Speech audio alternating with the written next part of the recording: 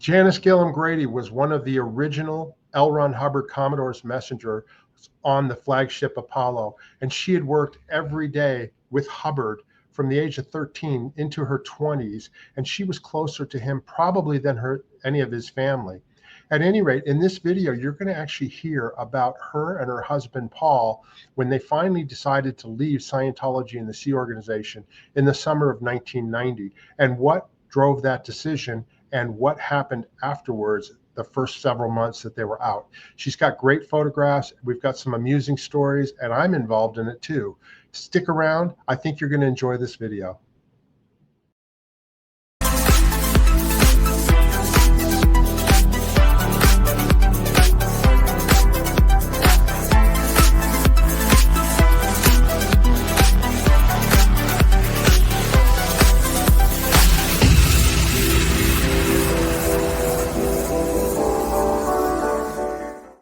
Hello, everybody. Welcome to our channel, Scientology Peeling the Onion. My name is Mark Fisher, and I'm here with my great co-host, Janis Gillham Grady. How you doing, Janis? I'm doing good, Mark. Good day, everybody, and thank you for tuning in to Scientology Peeling the Onion. Yeah, and it's been a little while since we've done a video together, but we are starting it back up here soon. So hopefully everybody. Yeah, we have no guests. It's just you and I to tell one of my stories. Because, this is a good one. This is a special month because this is the month of celebrating 35 years out of the Sea Org.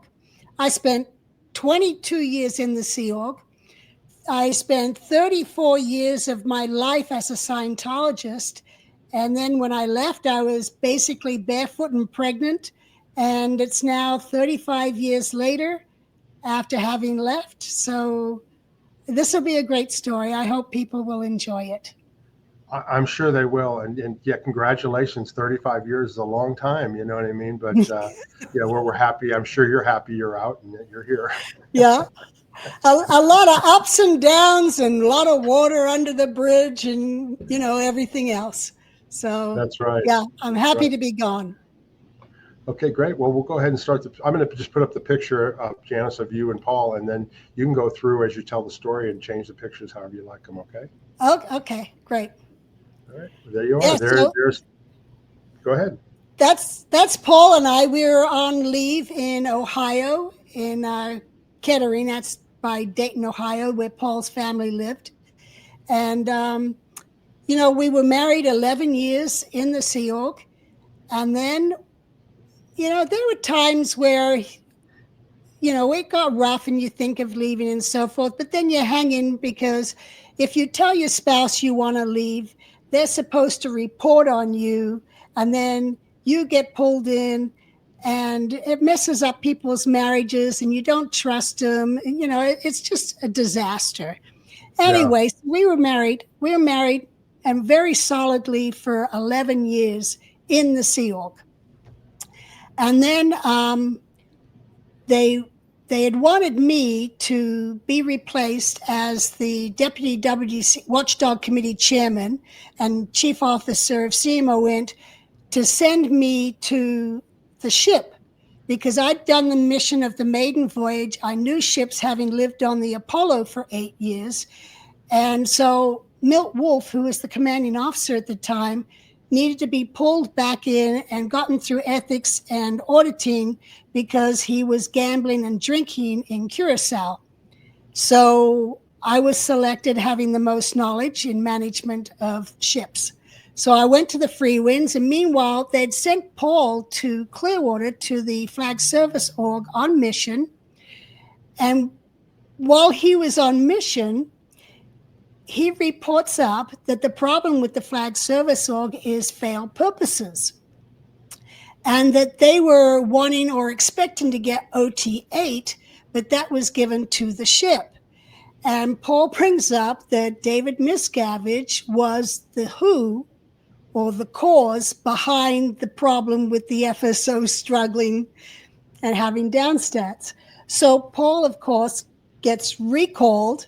And he called me from Clearwater at the ship and said that he's being recalled because he said this and that he's now in trouble and God knows what's going to be happening at the other end when he gets back to the base, the gold base. Yes. Did he ever say, years later, didn't he realize that probably was going to occur when he said that David Miscavige was the Who? I never asked him that, but it's like, I mean, Paul was a very blunt person, so Yeah. it's like he'd tell it how he saw it, and that's what he did. Yeah.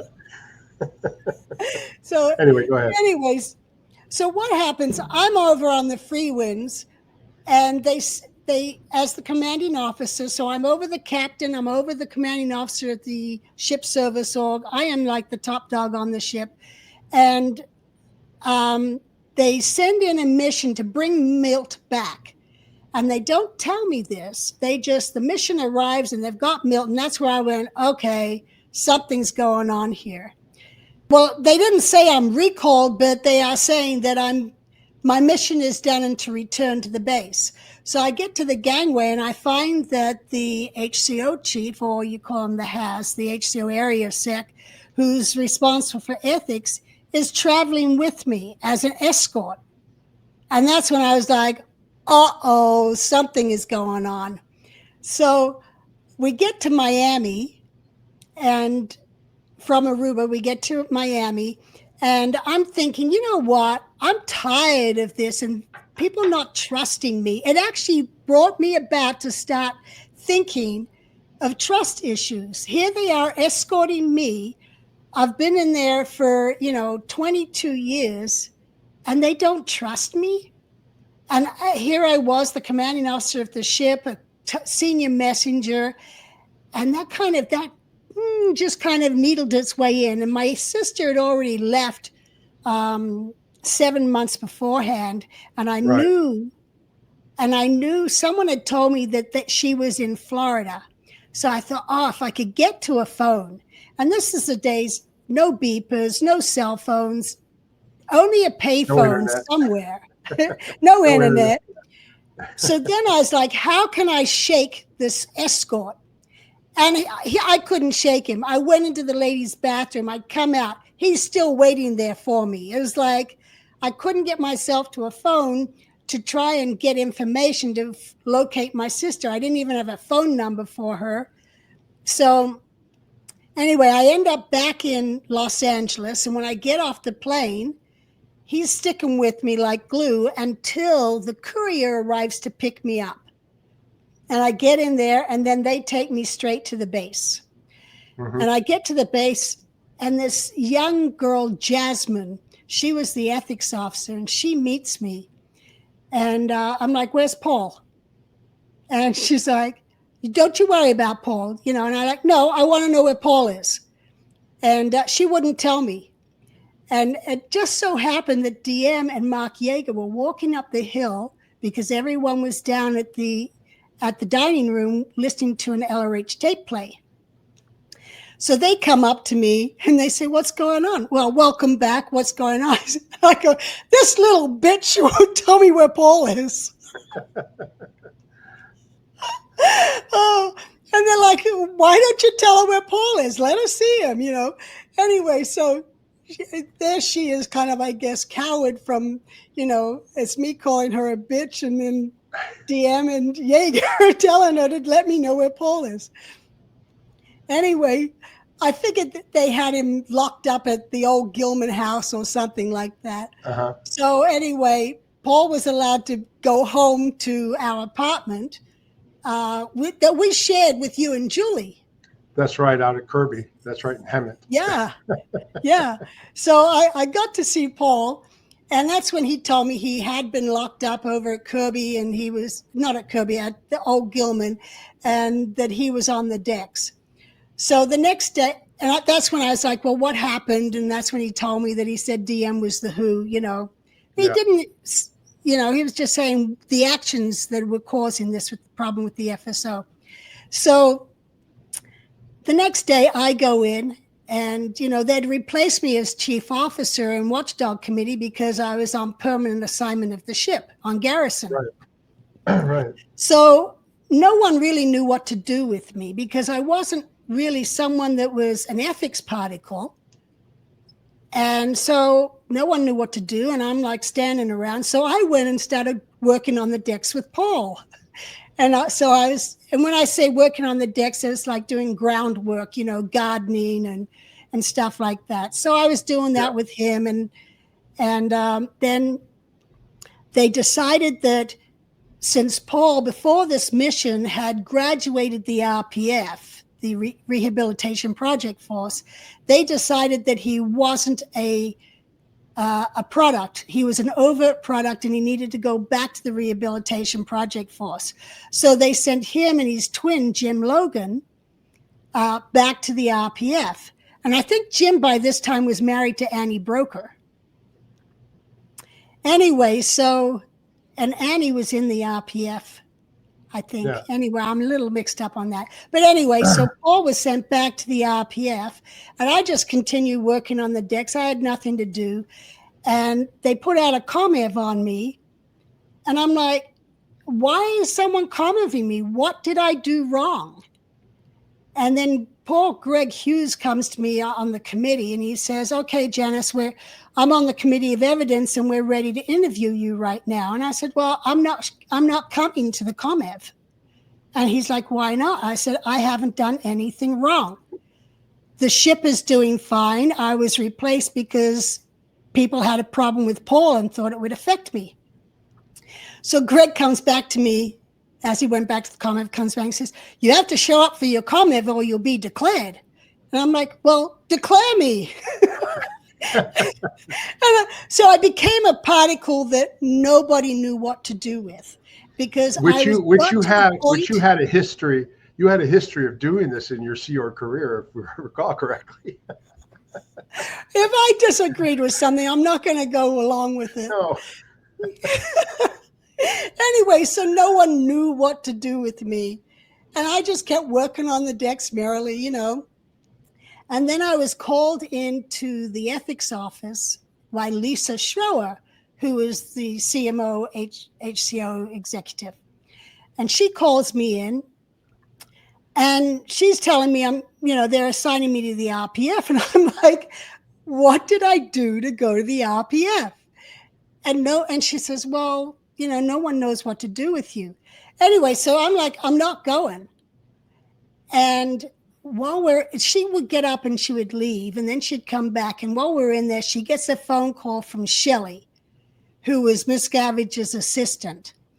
And she leaves the room, talks to Shelley, comes back in, and I'm told, Miscavige wants to see you.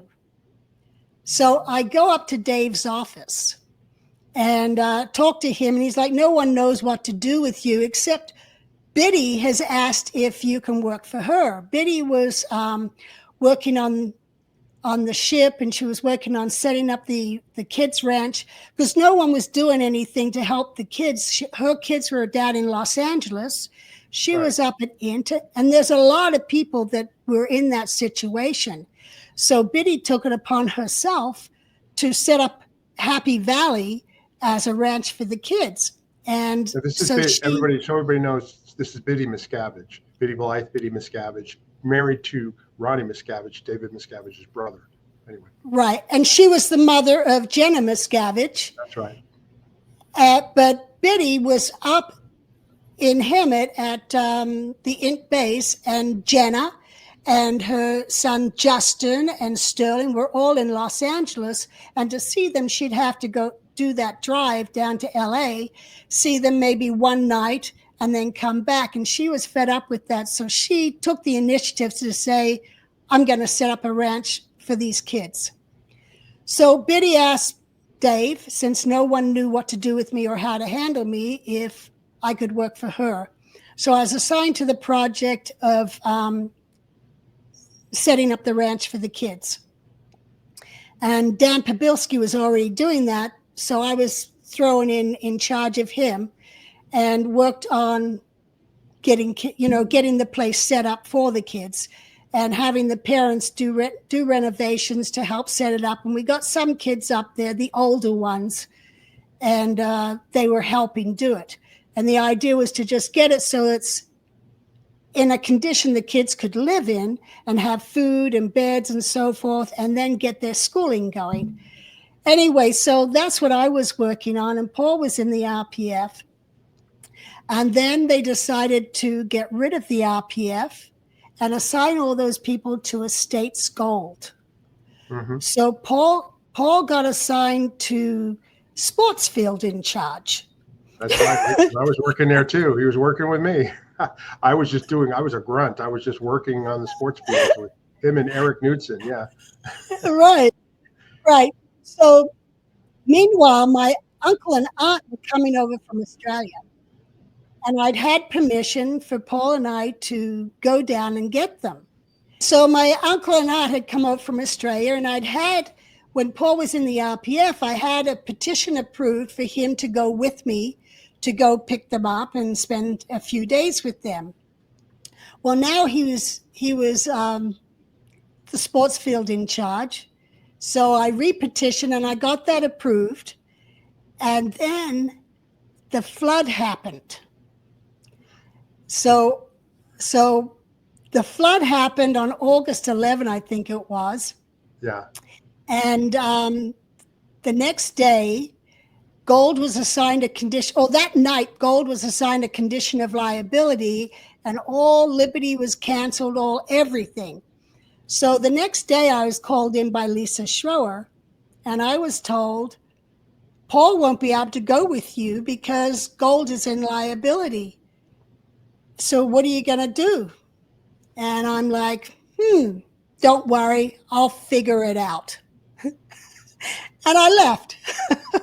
Now, at this time, I thought I was pregnant, but I wasn't going to tell a soul because I knew when a woman gets pregnant, they are pulled in and kept in ethics for hours or days or weeks until they agree to abort. Right. So I was like, I'm not going to go through that. I am not telling a soul. And I didn't. And anyway, so you're standing with Paul and I at the back while DM is going psychotic up on the stage, ranting and raving as if Gold Base was responsible for the act of God of causing a flood. Right. And anyway, so here I am, and that's where I looked at Paul and he looked at me, and I said to him, I'll take the car back to Kirby. And Paul says to me, I'll ride the bike back. Because I had a 175cc motorbike at that time, right. A dirt bike that I'd ride around the base and so forth. So Paul took that back to Kirby. I drove our Datsun. We had a little two-seater Datsun. And I think I have a picture of it in there. Yeah, it looked like that. Little two-seater that, it was funny, whenever I would leave the base and that, and there was people wanting to get a ride from the base to go to the Kirby, I'm like, I'm a two-seater, but you can get in the back. And they wanted to get home so bad. They wanted to get home so bad, they would crawl in the trunk of this thing just to get home. Anyway. Yeah. And Kirby was in the Hemet, which was about a 15, 20-minute drive from the base. Yeah, it was an apartment building. At that time, we had Kirby, an apartment building, and Devonshire. Yep. And Devonshire is where my sister escaped from. 8 months before me. Anyway, so Paul rides the bike back, and I drive the car to Kirby. And we leave the bike there, and we come in the next day, and there's now a mission fired into Gold with Greg Wilhare and James Byrne. And they are telling Gold, you miss one muster, it's a warning. And I think 3 musters, if you're late, you go to the RPF. And Gold was just being kicked around as if they were worth nothing. You know, these people who have given up their lives. Anyway, so that night, a drill is called. It's Paul and I are packing up the car, our little 280ZX. We're packing that up. with the intention of both of us leaving and going to see my aunt and uncle, and maybe we'll come back and face the consequences for doing that. So we're packing it up and people are, going home. And then everyone's being called to come back to the base because the mission was calling an emergency drill and getting everybody out of bed onto the buses at 11 o'clock at night just to do a stupid drill.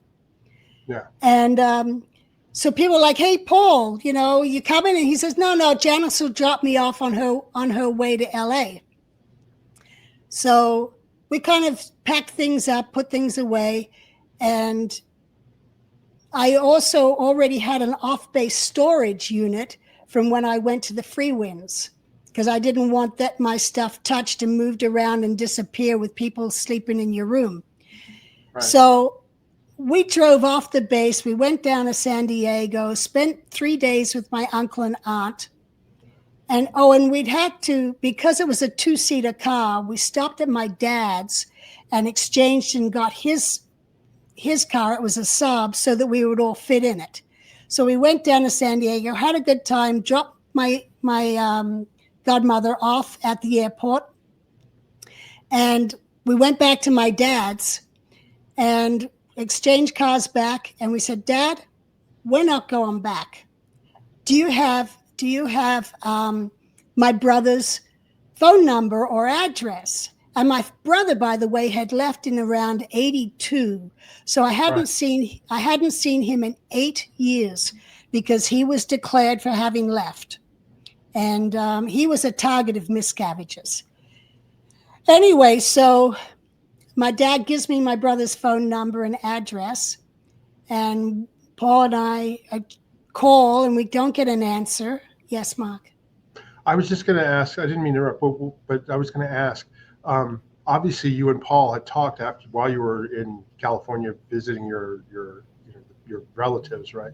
And you probably just, was the decision basically, I'm pregnant, I'm going to have we're going to have a kid, and Miscavige is crazy.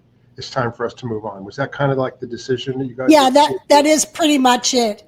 Where I was kind of more solid about it of, I'm done, I'm leaving, I'm not going back.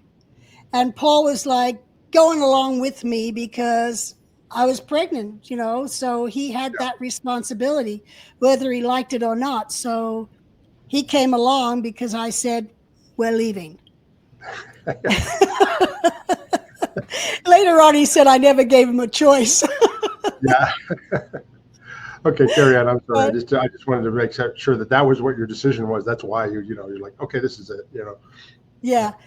So anyway, there's a picture here of us and that's my aunt on the left, Paul in the middle, looking at the ship, and my uncle on the right. They're cattle ranchers. They were cattle ranchers down in Australia. Anyway, so it's just in San Diego.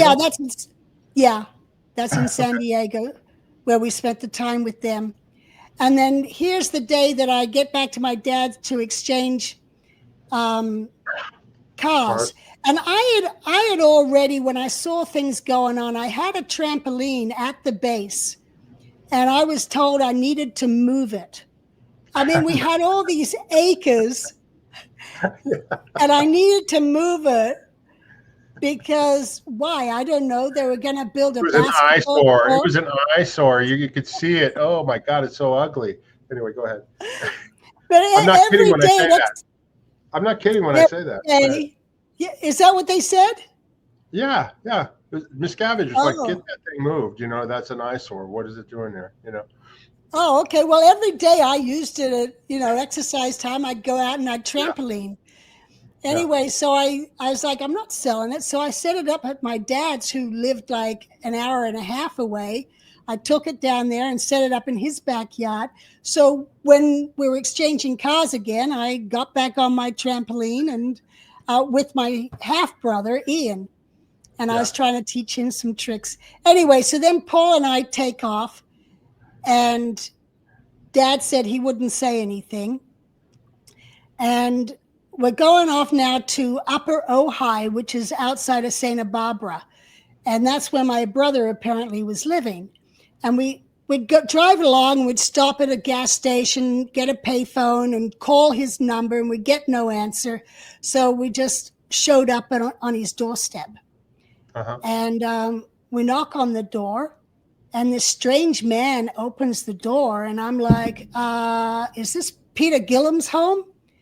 And he's like, oh, yeah, I'm just the neighbor. I'm just hanging out here right now. Your brother and family are down at Point Magoo camping, but he's coming back to get some things. So I sat on the couch. Paul and I just sat on the couch and watched some TV. We hadn't watched TV in God knows how long, because no one was allowed. It was against the rules. You weren't allowed to watch television for years. Yeah. Right. And I even remember Paul and I at one point having a TV monitor to watch videos on. And DM coming in, and he's going, what are you guys doing with a TV? And we're like, it's just a monitor, Dave. Oh, okay. Yeah, we used to watch videos on Liberty. I remember we used to watch videos and stuff, even at Kirby and all that. Yeah, it was great. Yeah, but people would all pile into Paul's in my room, and we'd have movie night. Yeah. Meanwhile, Miscavige did have a television in his office, and he could watch whatever he wanted. You know. Exactly. Yeah. Anyway, so Paul and I were sitting on the couch at my brother's. I haven't seen him in 8 years. And my brother comes back. And the look on his face to see me sitting on the couch, well, oh, I wish I'd had it on camera. I mean, he was just in shock. You know, he was so thrilled to see me because I hadn't seen him in 8 years. So anyway, he was down at the beach with the family. And this is the first photo I took when we got down there. And that's my brother in the white shirt and his wife, Lauren. And on the left in his arms is my nephew, Richard. And then my sister-in-law is holding my nieces, Nicole and Yvonne. And anyway, it was great to see them. I'd never even met these kids, you know, my nieces and my nephew. 3 kids. You had 3 kids. Yeah. Yeah. Yeah, I never met them. So it was great just to see them and kind of mingle with them and so forth. But we had nowhere to stay, and, you know, so that's when my brother talked to Yvonne, who had her own tent. And Paul and I spent our first night out of the Sea Org in this tent. And that's Paul standing there. Yeah. So there we were at Point Magoo, and it was like, no one's going to find us here. It kind of felt nice to have that freedom and know that no one will find us there. But, there I am with the little boy from down the road, and on the right there, that's my niece. But the one concern I had was my brother's mother-in-law, Mary Lou DeVries, or also known as Mary Lou Little. She had been declared, she had been part of David Mayo's ACC group. Right. And her husband, Larry Little, had also been involved with that. And I was still of that mindset of being a good Scientologist. I'd left the Sea Org, but I hadn't left Scientology. Right. So I was like, I didn't want to associate with her, but I didn't want to be rude. But I was very withdrawn. But I'd known Mary Lou since I was 12 years old on the ship, you know? You have a picture of her too, I think, back then, right? Yeah, well, that's Mary Lou. And and this is a picture of her back on the ship with the Apollo, or the Royal Scotsman, in the background. And that's her son, David Anthony. And so I had been close to her, but here I was kind of, she's declared, and I'm here, and I'm not supposed to be talking to her. And then I was like, but my brother's declared, and I'm talking to him. And it's just this wildness that goes in your head as to what is right and what is wrong. And then you go, okay, survival is the priority at this point. Right. And so slowly you start taking down that wall and talking to these people because it's a matter of survival. Yeah. Anyway, so then, we spent a few days down at the beach, and then at my brother's house, we stayed there, and there's my niece Nicole there. There was a school fair, and I hadn't been to a school fair since I was 9 years old. So we went to the school fair, and they had square dancing. And I'll tell you, I had so much fun square dancing, swing your partner round and round. And they had a fiddler and a caller, and it was just so much fun. I was just grinning the whole time, and it was like, wow, I could do this forever. This is so much better, having some freedom, having some fun, Yeah. Anyway, so we stayed with my brother for a while, and then we went out on the neighbor that was watching the house had a boat. We went out on the boat. We went fishing. We went further up to Mariposa. We went gold panning in the river. We went up to Yosemite.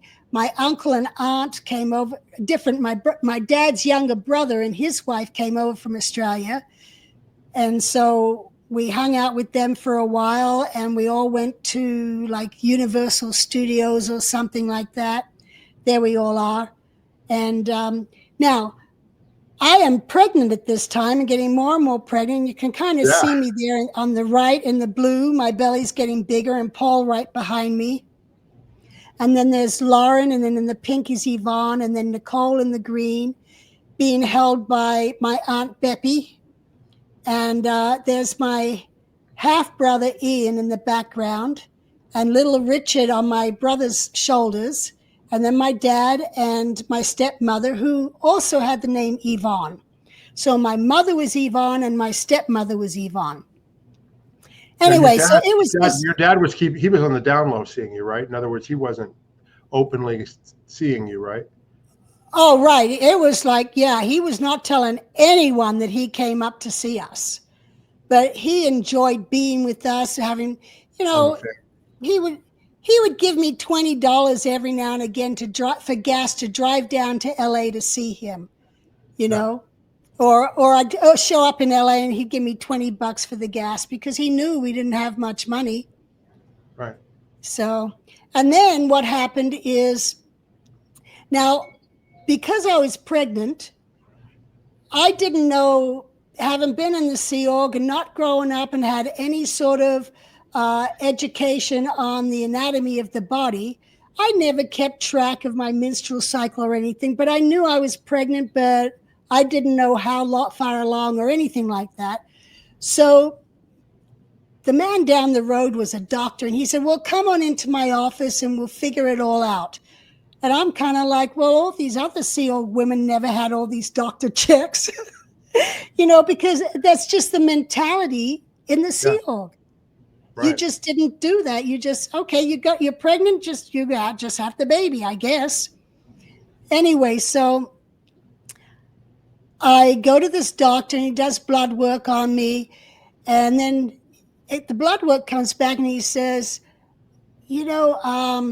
we need to do further testing because it looks like your child is going to be mentally retarded, or because from the blood work. And I'm like, oh my God. And that played hell with my mind for the 2 weeks. I went in and I got an amniocentesis, which is a needle going directly into the belly. And I'm like, this is what the whole medical system is about. This is my first experience with a medical doctor. Anyway, so I get the amniocentesis, and it's 2 weeks of hell, mental hell, waiting for that result. And when the result came back, it was like, oh, you just had your date off. There's nothing wrong with the child. And, it'll be born late March, early April. So that was such a relief knowing that. Yeah.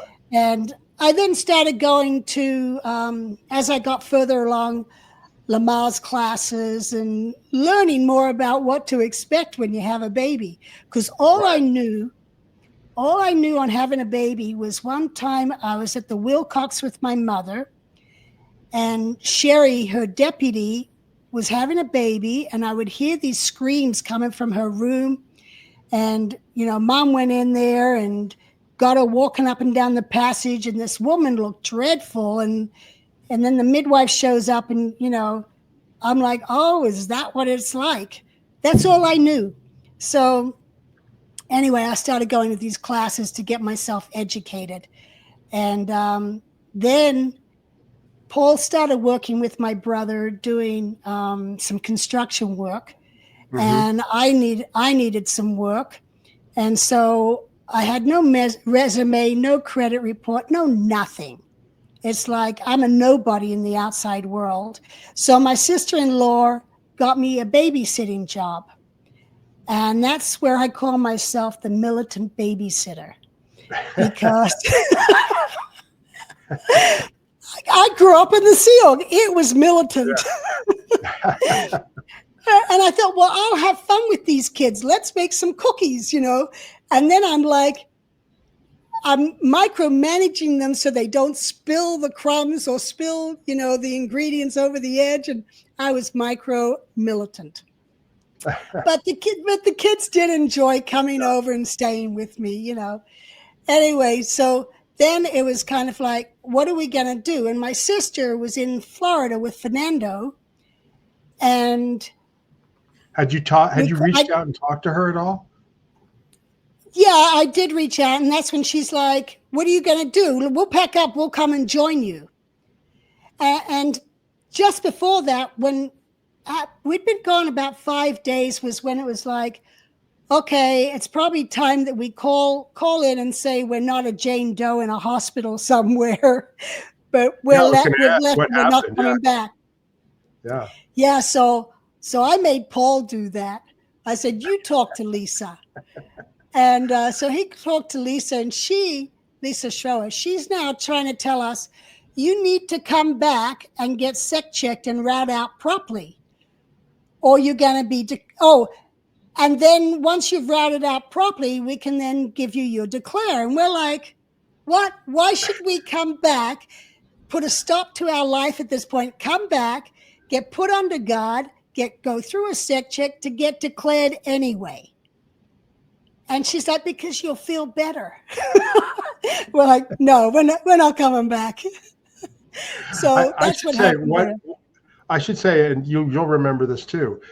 It was an LRH order that anybody that left Gold or whatever left at the Gilman Springs, they were to be declared. That was just the bottom line. So it didn't matter if you came back; they still were going to declare you because of that order, right? Well, and that was a misduplication of the order, because that was for Gold. That was not for IT management, executive strata, or anything else. That was directly about Gold. But because it was about Gold and they're pissed off at me, it was like, that's the way that we're going to get at her. And I have my declare somewhere. And I remember Stu Moreau saying when they showed it to him just earlier this year, he was like, this is because someone was mad at her for leaving. It's like they sit there. Oh, she didn't keep Scientology working. Okay. Yeah. I didn't empty my in-basket, Yeah, no, mine was the same. Yeah, anyway. Yeah. So anyway, that was how we left it with them, is we're not coming back. Declare us. We're moving on. Did they try and find out where you were and try and recover you by sending anybody or anything like that? No, but what happened is Terry and Fernando arrive, and we have stuff at my storage shed. Right. Here's in Terry. Hemet. Yeah. Mm-hmm. Yeah. We have stuff in my storage shed in Hemet, and also we never packed up our room properly. We still had stuff in our room. So Paul and I rent a truck. We drive to Hemet in our little Z82X, and we rent a truck and we drive over to Kirby. and we still have the key. And we go in there, and we find that John Wiley and his wife had moved into our room and was sleeping in our waterbed. And in your old room, Phil, we used to call him Barney because he looked like Barney Rubble. Yeah. I forget his last name, but I know who you're talking about. He was fast asleep in there. So Paul and I are now sneaking things out of the apartment, and we hear motion in there. So we start, meanwhile, we've got the waterbed draining out the window. Is this daytime or nighttime? So daytime. So Paul's now taking things apart and passing it out the window to me, and I'm dragging it over to the truck. And when we hear Barney waking up, we're both dead still. And then he goes into the bathroom, we hear the shower going. So, okay, we're moving stuff out again. And finally, we get the waterbed emptied, which took quite a while. And then we load the waterbed into the truck, and off we go. And I find my motorbike and some stuff is missing. So off we go to my off-base storage, and there's a new lock on my storage. My key wouldn't work. So I go to the front desk, and I find out that Jackson, Gary Moorhead, and Hero had gone to storage because Hero was the only person I'd authorized, because while I was on the free winds, if I needed to get something, Hero could get in for me. Anyway, so Hero showed Jackson where my storage unit was. Jackson cut the bolt, and they went through that. I had a little safe in there. They broke into that. They took all my letters from LRH. They took all my birthday and Christmas cards from Hubbard. Anything I had, photographs of me with Hubbard. And they went through my photo albums and took photos out of there, which might have had Miscavige in it or Shelley in it. And Heber, they took every picture I had of Heber out of there, because Heber was married to my mother. And, so they just went through my photo album, pulling all these photos out. I had a whole photo album of the Free Winds maiden voyage because I was in charge of that. And they took that. I had a big plaque that the crew had signed on the back of the maiden voyage to me, and they personally presented it to me, and that was taken. And, they just went through everything and just took anything of Scientology value or Hubbard value and just stole it, basically. So I wanted it all back. So I called Mike Sutter, and Sutter agreed to meet. This is in RTC, yeah. Yeah, he agreed to meet with us with my missing items, including my motorbike. So we met here. We went down to the college in San Jacinto. Mm-hmm. And we met him there, where he gave me my motorbike, and he gave me some of my mother's stuff that they had taken. And but they wouldn't give me the missing photos. They wouldn't give me the birthday cards and the letters and that type of thing. And he said, once you get back in good standing with Scientology, we will give those things back to you. Anyway, at that point, it was like, let's just get the hell out of here. This is, these guys are crazy. Plus also, you probably didn't know that you had the right, like you could have called the police right then and there and said, get it. Yeah. I had no idea, because having grown up from the age of 11 to now, here I am 34 years old, not knowing there was anything about human rights. Right. I had no idea what my rights were, or even when I was locked up and under guard, I had no idea that was illegal, know, and that they went through my storage unit, that they took my stuff. I had no idea. I should have done a Jeff Walker and just called the police, Yeah. But we didn't know. Also, we just didn't know. No. You know what I mean? Yeah.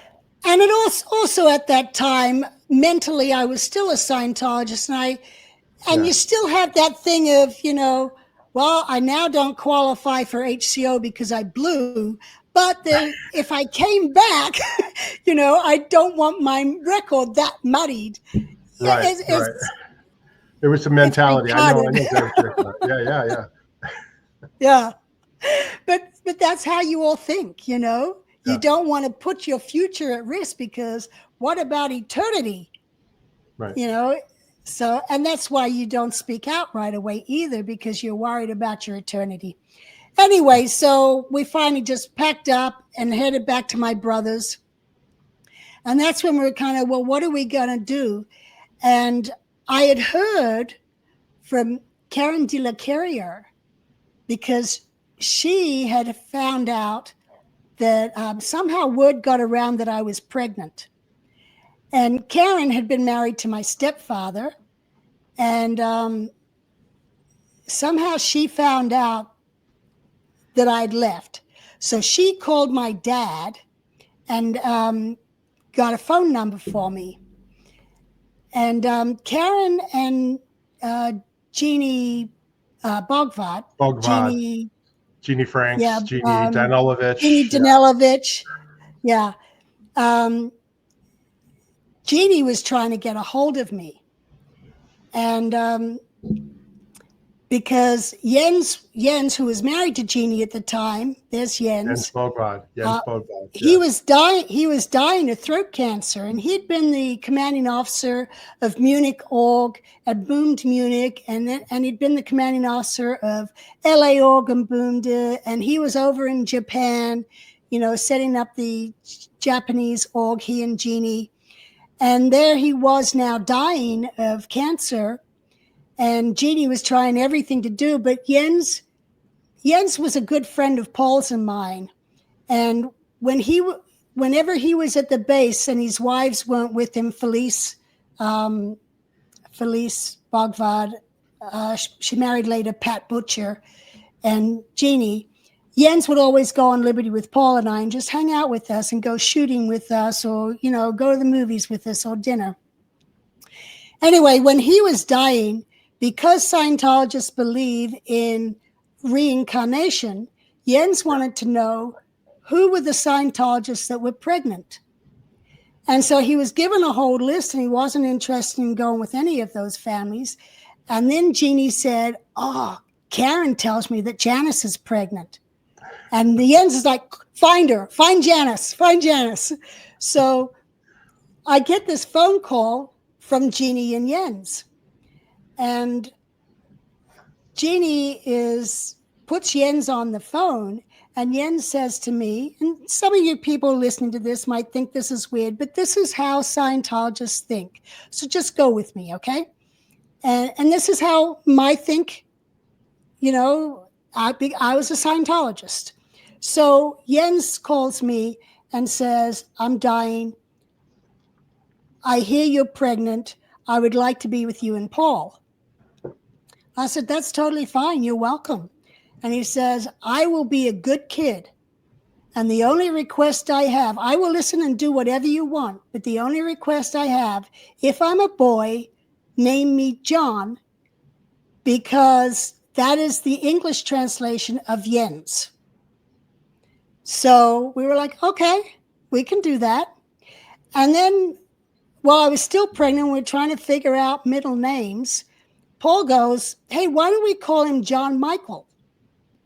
And I go, "Oh, yeah, that sounds good." Well, then Jeannie takes Jens to Greece and is trying to get him some treatment there, and then he dies. And Jeannie calls me to tell me Jens had passed, and sends me the announcement. His name was Jens Michael. And that's when it's like, oh, well, we've named him. If it's a boy, it's John Michael.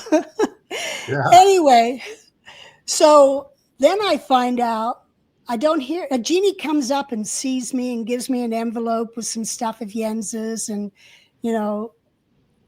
then I don't hear from Jeannie anymore.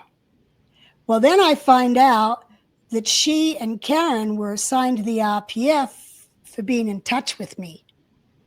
And I think they were declared and had to do A to E while in the RPF. Anyway, so Terry and Fernando show up. We're like, what are we going to do? And that's where I heard that you had left. Right. Yeah. Yeah, because it was Karen who said to me, "Oh, I've heard Mark Fisher also left." So I'm like, Yeah, and okay, this is like only this is like towards the end of September, because I left September 15th because I went to Hawaii and all that, and then when I came back in like early October. Yeah, go ahead. You how'd you search for me? So I heard you had left, and hey, you didn't have the internet to search for people. You had a phone book, and I knew you wouldn't be in the phone book because you'd just left. So I went, okay, where would Mark go? And I thought, well, he was married to Julie Catano, and I remember her dad's name was Richard. So I looked up Richard Catano in San Diego, and I found his number. So I dialed it, and I expected Richard Catano to answer the phone, but who answered? You did.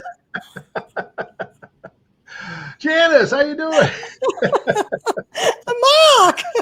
Yeah, and we're like, hey, what are you doing? I'm not doing anything. What are you doing? We're not doing anything. I said, I got to get in my car. I'll go see you tomorrow. And I drove up to, up to Ojai, up in the Santa Paula or wherever you guys were, to go see you. And that's how we reconnected. And then Terry and Fernando came as well. And anyway, so that's how we kind of reconnected. And then we were trying to figure out what to do. So anyway, go ahead with your story. Yeah. So then what had happened is we got a phone call from some friends who they were friends. I had known him from the ship when they were public there, and I'd seen him before when he was at Celebrity Center. But and that was Steve and Emily Goldfield, and they had heard that we had left, and heard that Terry had left. They hadn't yet heard that I had left. They'd heard that Terry had left, and I knew them from when I was on the Free Winds. There I am in the middle there, and they came to the Free Winds as a wealthy couple to renew their vows, and I guess to have the status of having gone to the Free Winds. And this was actually right after the maiden voyage, because Milt Wolf is there. So I was the mission in charge at the time that I stood in as the maid of honor, or whatever you would call that for a renewal. Right. Anyway, so that was in 88. And here we are now 2 years later. And Steve had heard that my sister had left and got a phone number from Dad and called Terry and said, hey, I'm going to move to Las Vegas and set up a mortgage company. Do you want me to teach you the business? And so we all talked about it and said, yeah, let's go. I mean, it was on the news. Vegas was boomtown USA. People were moving there. The casinos were rolling in the dough, and the place was, building outwards, and it was expanding rapidly. So that's what we decided to do. But meanwhile, we did go to Ohio. Paul and I went to Ohio and saw his family, his parents. You're looking, there it is. Yeah, so that's his parents' house. We went there and spent a few days there and spent Christmas there with the family. And there's Paul and his brother and our nephew, Danny. You're just hanging out, having a good time with family. And then when we got back, we had a family Christmas at my dad's, which we'd not had, with my brother included. It was like, there's my sister and Fernando and my brother to the right and Paul to the left and the nieces in the middle. And it was the first time we'd all been together for Christmas since England. But in England, my mother was missing. So actually since Australia, when, 1964 would have been the Christmas. So anyway, so that was great. And that was the U-Haul truck. And there we go. And so there we are. We packed up and we didn't move to Beverly Hills. We moved to Las Vegas. Yeah. Now, just the timing wise, because we decided to go with Steve, and but Paul had some work that he was doing with your brother, construction, and you guys were making money. So you stayed there. Plus, you were going through your pregnancy, and so Terry and Fernando and I went to Vegas like around Thanksgiving of 1990, and we then helped Steve and Emily Goldfield, move they were moving from Denver. And then also we set up an apartment for us to share. It was me and then on the couch, and then 2-bedroom apartment, you and Paul in one, being pregnant, and then Terry and Fernando in the other one. And that we basically set everything up so that we could then, once you guys arrived, go in the mortgage and start doing the mortgages. Right. Well, I arrived on the 31st of December, 1990, because then I remember we all went down to the Mirage for New Year's, and there I was pregnant and I'm like trying to protect my belly with all these people and drunks, and there was no room to move. I'm like, this is not fun. Yeah. It was just so cramped, and and every smell affects you when you're pregnant. So that was our first New Year's out of the Sea Org. And then we felt free. I mean, we felt free. I mean, we had no idea what the mortgage business was. We were just getting started on, but literally we could go, oh, there's $1.99 this, and there's a $6.99 buffet, and there's this and there's that, and we were just getting buffets. Yeah. And we were just like getting our feet wet, being out in the real world, and it was quite something. And that's just kind of where we were going to end off this video. Yeah. But I was going to say, you should tell everybody again. Of course, then you had your son John, right? And later that spring, right? Yeah, I had him on April 3rd in that little apartment with the midwife, and you and Terry and Fernando all went upstairs to hang out with Kenny Lipton. Who had left he had left his waiter job in California to come join us in the mortgage business. And then the next episode, we will cover all that. Yeah, we're going to cover the first year or two in Las Vegas, and because we were not off David Miscavige's radar. I mean, we immediately came under attack and infiltrated by private investigators, very famously a guy named David LeBeau. And we're going to go into the next video, and we've got photos to show that because we want to share that story, because Miscavige and OSA and Scientology, they tried to destroy us. And they did. They managed to break us up for a while, but we're going to go into that in the next video. Yeah. So, stay tuned for more fun stories. 35 years ago, Janis. Amazing, isn't it? Yeah, I know. And it is. Your son's almost 35 then, right? Yeah, he's 34 now. Yep. Yeah. It's amazing. It really is amazing. Anyway, well, we hope you guys enjoyed this video. One other thing I've got to mention, though. I've been using this stuff, Janis's Complete Liquid Multivitamins. Janis, tell everybody about it, please. Hey, it's very good. It's peach flavored, and it'll give you some new energy, and it'll help you get healthier as you take it. I don't have the list here, but you can find it on my website. But it's got, the A and D and all the B's. It's got magnesium. Then it has all the minerals too. Yeah, it's got magnesium and calcium, the various different minerals, trace minerals in it. And it's just full of everything that you would need. And you just have to take 1 ounce a day, and you've got your amount that you need for the day for the requirement. And I'm a happy customer. I've shown on our other videos. I mean, it's so easy. I mean, literally, I pour it in a little shot glass. I drink it down, lick it, get all of it out because it's so thick.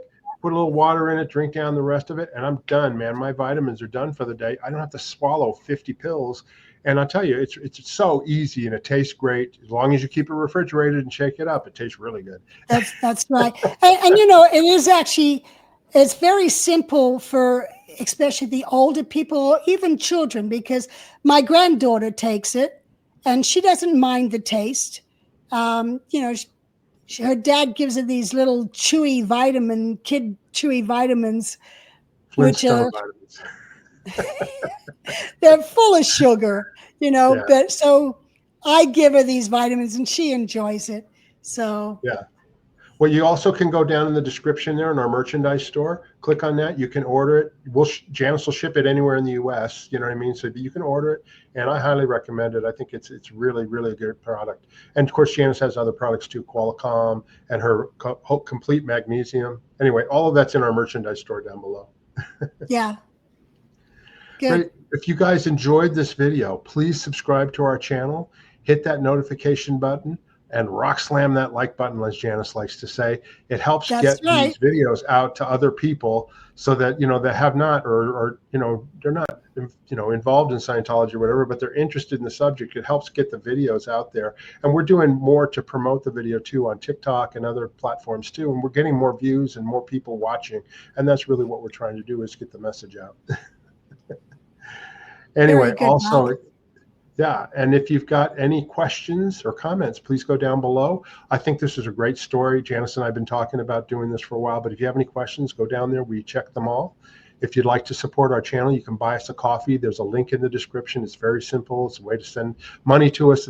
We don't get rich. Trust me, the money we get pays for the expenses for the channel, but it's a good way to help us if you want to sponsor us.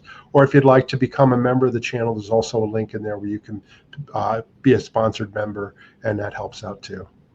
Anyway, Janis, that's our show for today. Do you have anything else you want to say? Stay tuned for part 2. That's right. Yeah, this is going to be a nice little series because we're going to go through some stuff here, stories that I don't think people have heard before, and we hope you're going to find it interesting and informative. Okay, everybody, until next time, thanks for watching. Bye-bye. Bye.